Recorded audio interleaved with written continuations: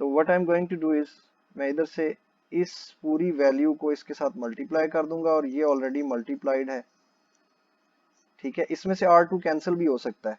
ये देखें यहाँ पर ये R2 अवेलेबल है और इस पूरी टर्म में यहाँ पर ये R2 मल्टीप्लाई हो रहा है। तो इन दोनों को यहाँ से कॉमन करके हम ऊपर वाली टर्म के कोई एक R2 को कैंसिल कर सकते हैं। So I am going to take the common here, यहाँ से R2 कॉमन ले लेते हैं।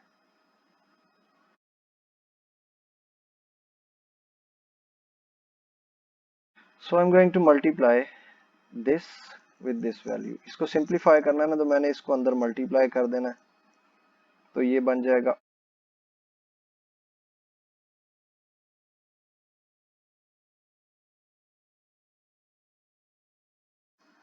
अच्छा। अब उसके बाद जो ये देखें यहाँ पर ये वाली जो टर्म है, एक ये वाली टर्म और यहाँ से R1 R3 की एक टर्म होगी, R1 R3 R4, ये वाली R1 R3 और R4, ये दोनों एक प्लस में एक माइनस में है, तो ये हम नीचे से कैंसल आउट कर देते हैं। और जो रिमेनिंग वैल्यूज हैं उनमें से एक ये वैल्यू है, 2 3 4 और 5। ये जो 5 वैल्यूज हैं इन सब में R2 अवेलेबल है। ये देखें, इसमें ये R2 है, इसमें यहाँ पर ये R2 है, R2 R2 R2, ये R2 है और यहाँ पे भी R2। तो इस R2 को हम कॉमन ले लेंगे नेक्स्ट स्टेप में, इस स्टेप में नहीं, मगर हमें नेक्स्ट टारगेट पता होना चाहिए। R1 R2 into R2 R3 plus R2 R4 plus R3 R4, right. तो इसके बाद अब इसमें से जो नीचे वाली है, इसमें नीचे वाली टर्म जो डिनोमिनेटर टर्म है, इसमें से मैं R2 कॉमन ले रहा हूँ, R2 कॉमन लिया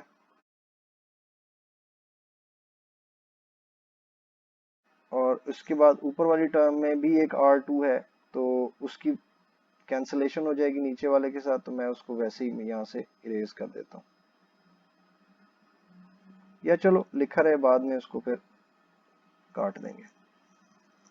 तो ये बच जाएगा R1 R2 into R2 R3 plus R2 R4 plus R3 R4। अब ये R2 कैंसिल हो गया और जो रिमेनिंग आंसर आपके पास बच गया, ये सारा यहाँ से चल रहा था, this was equal to VA। ठीक है जी, VA के बराबर था, तो VA फाइनली हमारे पास जो आ गया ये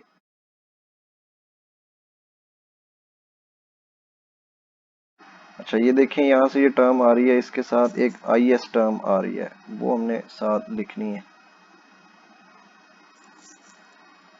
IS की टर्म साथ आ रही है।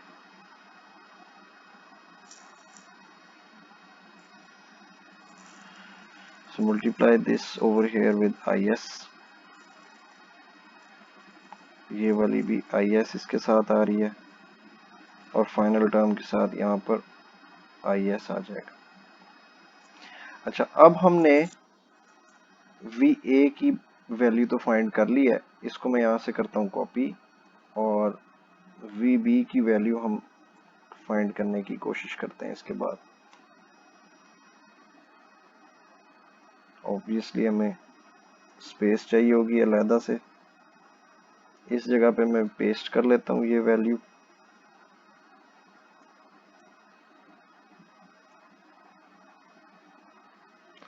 ओके, अब मुझे शुरू वाली इक्वेशंस चाहिए, वो ये है, यहाँ से ये इक्वेशंस कॉपी कर लेता हूँ।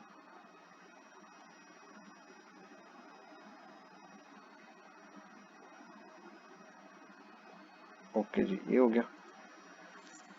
Okay, now let's solve this for the value of VB। मैं क्या करता हूँ, मैं सेकंड इक्वेशन को थोड़ा सा चेंज करता हूँ, ये जो नीचे वाली इक्वेशन है इसको चेंज करूंगा तो ये बन जाएगा VA। इक्वेशन की दूसरी साइड पे लेके आऊँ बस मैं इसको, VA over R2 is equals to,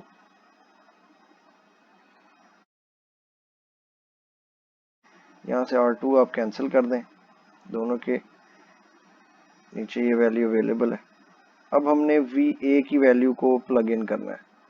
VA की वैल्यू को यहाँ से मैं कॉपी करता हूँ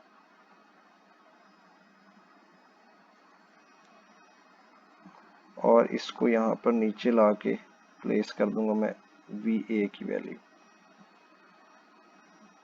राइट। ये सारी वैल्यू VA की है। इसके बाद जो नेक्स्ट वैल्यू है वो बाकी वहां से हमने लेके आनी। This is R3 R4 plus R2 R4 plus R2 R3, right. ये सारा VB के साथ मल्टीप्लाई होगा।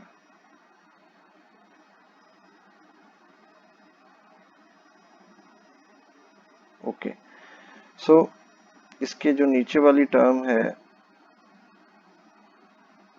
वो है R3 और R4। अब यहाँ पे गौर से देखें कि ये हमें वैल्यू VB की अवेलेबल है यहाँ पे, और मैंने इस सारी टर्म को रिजॉल्व करना है ऑपोजिट साइड पे ले जाके,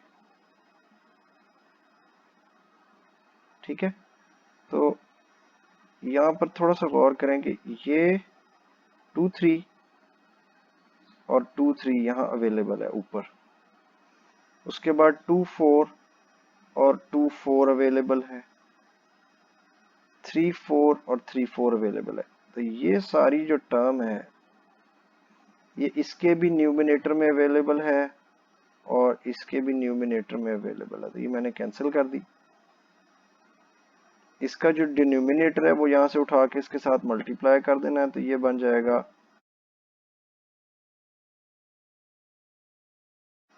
विच is all equal to VB,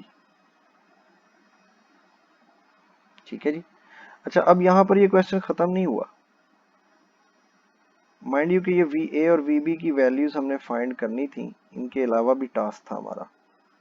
वो टास्क क्या था जी? हमने वैल्यू फाइंड करनी है आखिरी VX और VIX की वैल्यू, ठीक है। VX और IX की वैल्यू, तो VX है कहाँ? VX is the difference between VA and VB, और IX जो है वो अगर हम VB को डिवाइड कर दें R4 से, ठीक है। तो ये दो वैल्यूज हैं। तो ये आई होप के इनको हम आसानी से फाइंड कर लेंगे।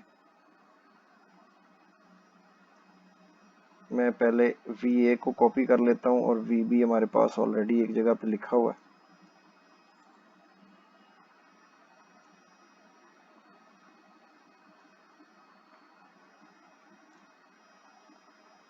ये अब दो वैल्यूज हमारे पास आ गई, VA भी है और VB भी है। अच्छा, अब ये जो दो टर्म्स हमारे पास बनी है इनसे ही हमने सारा कुछ करना है। तो अभी हमने देखा था कि IX की वैल्यू था VB divided by R4, VB divided by R4। मैं दोबारा आपको सर्किट में से दिखा देता हूँ। ये देखें, IX की वैल्यू है VB डिवाइडेड बाय R4। अगर ये IX की वैल्यू R3 में से गुजर रही होती तो R3 से डिवाइड कर देते, और इस सिचुएशन में R4 से गुजर रही है तो R4 से डिवाइड कर देंगे। तो ये बहुत ही सिंपल और इजी है कि अगर आपने IX की वैल्यू लिखनी है तो ये देखें, यहीं से this implies that IX is equals to VB divided by R4 sorry. तो यही सारी टर्म R4 उसमें से कैंसिल हो जाएगा, ये वाला R4 कैंसिल हो जाएगा, बाकी सारी टर्म एज सच ही आ जाएगी। तो ये सारा मैं यहाँ से कॉपी कर लेता हूँ और इसको यहाँ पेस्ट करके कंट्रोल V ओवर हेयर, और उसमें से मैंने सिर्फ और सिर्फ R4 की जो वैल्यू है वो कैंसिल आउट कर देनी है, दिस वन, ठीक है। ये चीज माइनस हो जाएगी, rest of the thing will be the same, क्योंकि उसमें न्यूमिनेटर में R4 की टर्म थी, तो उस वजह से हमने उसको कैंसिल आउट कर दिया है।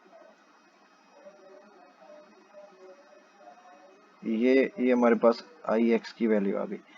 अब आ जाते हैं Vx। तो Vx is the difference between the two voltages VA and VB। इसमें VA जो है वो पॉजिटिव रखनी है और VB जो है वो नेगेटिव रखनी है, क्योंकि यहाँ पे आप देख रहे हैं कि VA पॉजिटिव के साथ कनेक्टेड है, VB नेगेटिव के साथ कनेक्टेड है। तो हम वापस आ जाते हैं अपनी सॉल्यूशन एरिया की तरफ।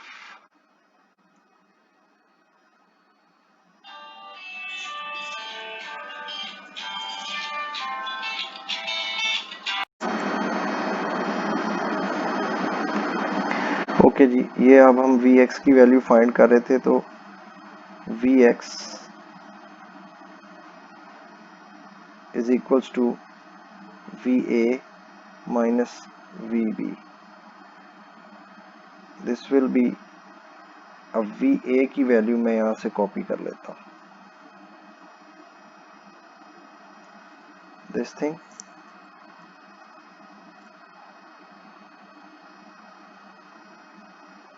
so I need to minus VA value and from the VB, so ये VB की ये वैल्यू है,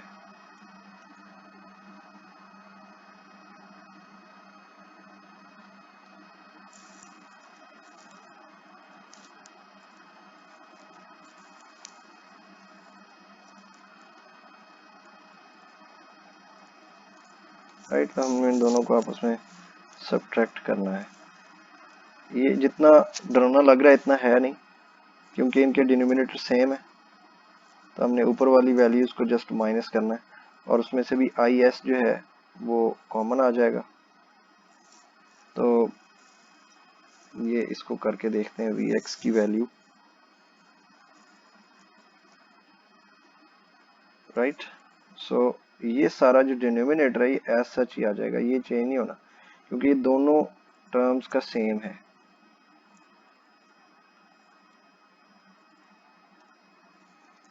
ऊपर वाली जो टर्म्स हैं उनमें से ये भी एज सच ही हम लिख देंगे।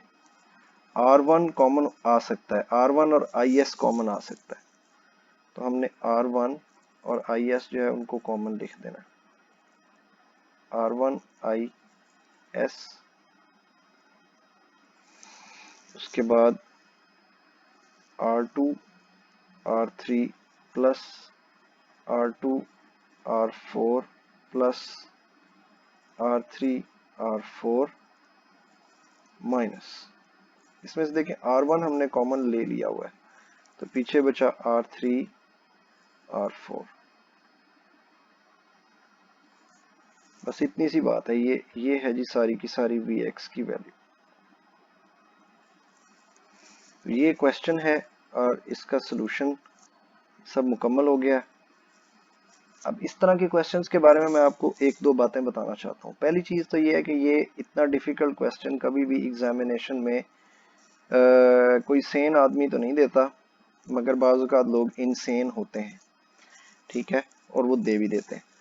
तो इसके अलावा ये असाइनमेंट के लिए बिल्कुल वैलिड क्वेश्चन है। असाइनमेंट में ये दिया जा सकता है, क्योंकि असाइनमेंट के लिए आपके पास टाइम ज़्यादा होता है और क्योंकि आपकी मैथमेटिकल स्किल्स चेक करनी होती है, अलजेब्रिक स्किल्स चेक करनी होती हैं, जो कि इंजीनियर्स की सपोजिटली फिजिसिस्ट की और इंजीनियर की सबसे ज़्यादा होनी चाहिए, दोनों की मैथमेटिकल स्किल्स। तो it's a valid question for the assignment but may not be a very good choice for examination, मगर फिर भी कुछ लोग दे देते हैं, करना पड़ता है। हो सकता है उसका क्रेडिट ज़्यादा हो, मतलब 20 नंबर का या 30 नंबर का क्वेश्चन आधे घंटे के एग्जाम के अंदर वो दे दे, तो आपको करना तो पड़ेगा, और इसमें अगर छोटी सी भी गलती हुई तो डेफिनेटली इसके क्रेडिट माइनस होगा।